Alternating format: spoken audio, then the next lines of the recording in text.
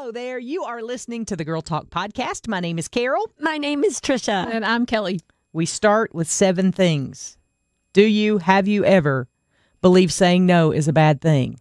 Ooh. Check. Yes. Do you believe it is selfish to put yourself first? Check. Do you believe you can't be a good person and prioritize self-care? Check. You believe busy is admirable? Check. You believe saying no will mean people don't like you? Check. You believe people care more about your decisions than they actually do? Check. Ooh. You believe you can't miss out on anything ever? Ouch. Check. If so, if you answered yes to any or all, or maybe you didn't, you're much better than us, and you probably shouldn't listen to this podcast because I'm a people pleaser, and I'm recovering. And hi, my name is Carol. Yes. Hi, my name is Carol. Carol. She wanted to please you by saying your name. Right. Did you feel pleased? I feel approved. Right. Thank you Yes. very much. I'm Kelly, and I am a people pleaser also. I'm Trisha, also in the same boat. People same leaky boat. Pleaser. Oh, my word. All my life. Yes. Right? Me Yeah. too. Okay, read that number 5 again.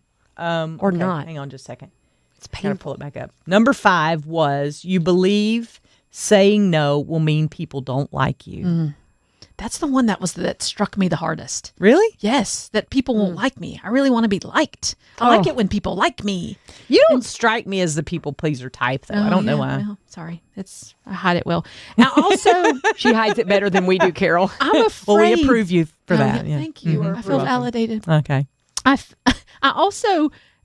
want to say yes because I also don't want people to think that I don't like them. Yeah, that's so true. But why? Well, let's Why see. do you want people to think you like them? Probably Our comes back psychologist is to- here. Get out that Come on. digger. Pull Digger. the string.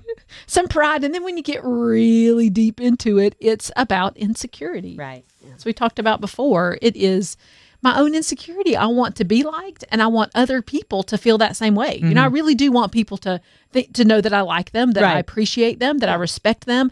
But I also myself want to know that I'm liked and appreciated and respected. So here's the thing with me. If I walk into, and y'all see me do it so many times. If I walk into a room and I find somebody that I even think doesn't like me, like even just a smidgen, I make it my personal goal to make them like me before the night is out. You've seen me do it. Like You're better than I am. I just walk away. Well, see, that's how I know I'm like people pleaser on another level. I've got you maybe beaten. Okay. This is true. I cannot believe I'm even going to say this, but this is absolutely true. There have been times in my life, I'm saying that to protect myself. Okay. There have been times in my life when I've gone into a restaurant and I have wanted the waiter or waitress to think I was their favorite customer all day. Well, and that you probably I will never were. see probably them were. again. But in my mind, I'm like trying so hard to be like fun with them or compliment them or encourage them. And I'm hoping that they're going to go, that girl right there was my favorite customer all day. Like, I'll never see them again. But that is what goes through my I'm crazy that way mind. Too. I'm that way too. Yeah. And I always used to beat myself up with this scripture from Galatians 1. You know which scripture I'm going to go to, right? I don't yet. I don't. For am I now seeking the approval of man or of God? Yes. Or am I trying to please man? If I was still trying to please man, I would not be a servant of Christ. Like really. So True. I know, right? So true. We care more about what the world thinks of us than what God thinks of us. So much so. It turns out God meant that. God meant for that to be written down in his book, and he means for me to live that way. I shouldn't think more about what other people think of me than I do about what God thinks of me, and he knows me better. Yeah. Yes. Like, I think we somehow in our minds have this misconception of if people approve me, it makes me better. Good enough. Good enough. There you go. There Good you go. enough. That's been something that I have been battling, this whole good enough thing. And that's what drives the people pleasing and the different things, is that so this person will finally feel like she's good enough, where Christ has already said that we're You're good enough. Yeah. Yes. God He's says good so enough. many great things about us. Yeah. You know, he actually likes us. He doesn't just love us. He loves actually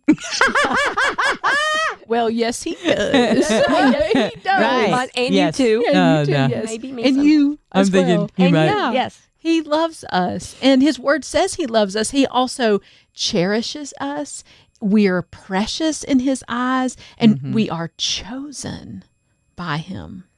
Let that sink in for a second, because that's big. We're chosen. We're chosen. He chose us. And Isaiah- not like chosen, like if you were the last guy left on the kickball field. Like You he's go like, over there. okay, Yeah. all right, we'll take Carol. No, but Not like go that, back and chosen. read Isaiah 43. Yeah. The whole darn book. And the whole darn chapter. Not just the book, the chapter. Wow. 43. God in that chapter goes over and over and over all of the things that he did to show us that he loves us. Yeah. He says, I gave other people up for you. Mm-hmm. You know, I destroyed folks for you. I love you. I cherish you. I honor you. Mm-hmm. You are precious in my eyes. I struggle with that. I'm honest. Sure. I mean, I do. Absolutely. So I don't know if y'all do this or not. Do you try to self-sabotage ever? Like if you're in a relationship with somebody, you try to tell them something that's going to make them run away. Like I have this one friend. Like you're testing people? Like you're testing that stuff. Yes. So I'll hide it and bury it. I know most people do. Most normal people do. This is probably a mental disorder of some sort, I can imagine. 'Cause y'all know my friend Jenny. So when Jenny and I first met, we've been friends for years now, but our first, like she called, I think she texted me maybe and called me or something. She said, let's go have a cup of coffee. I was like, okay, great. I love coffee. We went to get a cup of coffee and I told her not everything, but almost like 1 yard shy of everything, in hopes that she would be like, okay, I'm going to go home and I'm going to change my address and phone number. This woman's crazy. I know, right? Like I try to self-sabotage, like see if people are going to like run screaming away, and most have, honestly. There aren't a few. There's They're like missing out. There's like a handful of people who have stuck around, but I'll do that business of Why do trying you to, think you do that? Like, what's that all about? here you go again, I'm pulling sorry. those strings. Get on the couch. Yes, no, get on the- seriously, I'm because going I to lay think we down. can all Here, relate you have to a this. yellow legal pad? Yes, we can all relate So, to this on some level. Here's what I think it is. I think it is, I want to know up front if you're going to A, reject me, and B, if you are, that it's going to validate all the rejection I've had in my life and all of the things that everybody said about me will be true. Does that make sense? Yes. Yeah, well, Yes. I also think so Rebecca Lyons had this great quote in a book that I read that she wrote that said, we all want to be seen and heard and known and loved. And I think Yes. that's at the heart of what you're talking about too, Yeah. is that you Oh, want yeah. to say, I want you to hear me and I want you to know all the junk and I want you to love me despite all of it. And maybe because of all of it. That I want to be deeply loved. True? And there's a piece of that we can get from other people, but we can't get that Right. Fully. really fully from other people. Sure. Yeah. I don't think it's so much necessarily that I want to be, I mean, I think probably at the heart of it is, but I think for me, it's more like I want to know if there's so much baggage that goes along with it, because I want people to tell me that anything that anyone has ever said negatively about me is true. Isn't that weird? You Is that mentioned weird? rejection, and Yeah. it's like a confirmation of rejection. I got big trust issues. Well, I think a lot of us do. Yeah. I think everyone does to some level or another. But yes, like that pushing people away to see if they're going to reject you, because Right. it's going to be less painful if they reject you now than it will be later if you start to put hope in them or trust in them or Right. faith in them. right. And it probably goes back to something that happened in middle school. Or when earlier. girls are Yeah. so awful to each other. Oh yeah. Oh yeah. And we carry that baggage of being rejected way into our adulthood. Yeah. Absolutely. And if you're honest, I mean, there's still some times that feel like middle school. Oh, sure. As an adult woman, even I as still a act mom. like I'm in middle school. Well, well, there's some truth to that, but Yeah. but you know what I mean. You walk into a new environment. Maybe it's the PTA meeting or Yeah. something, and you're like, "Where am I going to sit?" And I think they're talking about me, or look, they seem so comfortable, or you know, you start to go through that same thing. We never really graduate from that level of fear of rejection, which leads to people pleasing. Because I, like you, if I think somebody doesn't like me, Yeah. I'm going to do backflips in order to make them, or hopefully make them like me. And it can be very distracting and exhausting and ultimately not satisfying. And destructive. and destructive. Yeah. Well, and we all have those groups where we felt like we didn't fit in. Where Yeah. we felt like the oddball, and where we didn't feel like we could ever make a friend in that group because we just were different. Yeah, just different. I think that a lot of that comes from middle school too. Middle But we school are was called to obviously a be hard different, time. too. Right. Well, absolutely. Right. Yes, we're called to be holy and set apart. But that's sometimes really hard when It's you're very looking hard. around at your friends and you're It's like, I want to very be hard. like you. I want to be liked by you. And Yeah. so hard. But it's also good for us to remember that there are other people in that group that probably feel exactly the same way that we're feeling. The three of us feel the same way. Surely everybody else, or at least most people in these groups, even if they look like they feel totally comfortable, they probably also are struggling with their own insecurity and their Oh, my own word. pride. People tell me that all the time. You're so confident. I'm like, oh man, if you only knew. Yeah. Right. Like, because I know this is the hardest part for me whenever we do a Girl Talk Live event. I've told y'all this before. I think I may have even said it on the podcast here. But the hardest part for me is the drive home after we've done a virtual event or a live event. It's not when it's going on because I'm, myself. But then when I get in the car to go home, I hear, you didn't say this. Right. It wasn't good enough. Right. People aren't going to ever listen to the radio again. People aren't ever going to listen to the podcast. Those kinds of destructive You behaviors. grade yourself. Oh, absolutely. I grade myself every day. I walk in, I'm like, well, you didn't do that very well. Well, that was okay, but that was maybe not quite enough. We grade ourselves. And girls, that is just the enemy. That is not of God.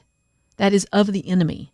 God is the one who says, I like you. You are precious. You are chosen. So let me, because this is a huge struggle for me. I don't think that's any secret to anybody, but so how do I flip the script from looking for people to reject me and reinforce all the messages that I've received in my life?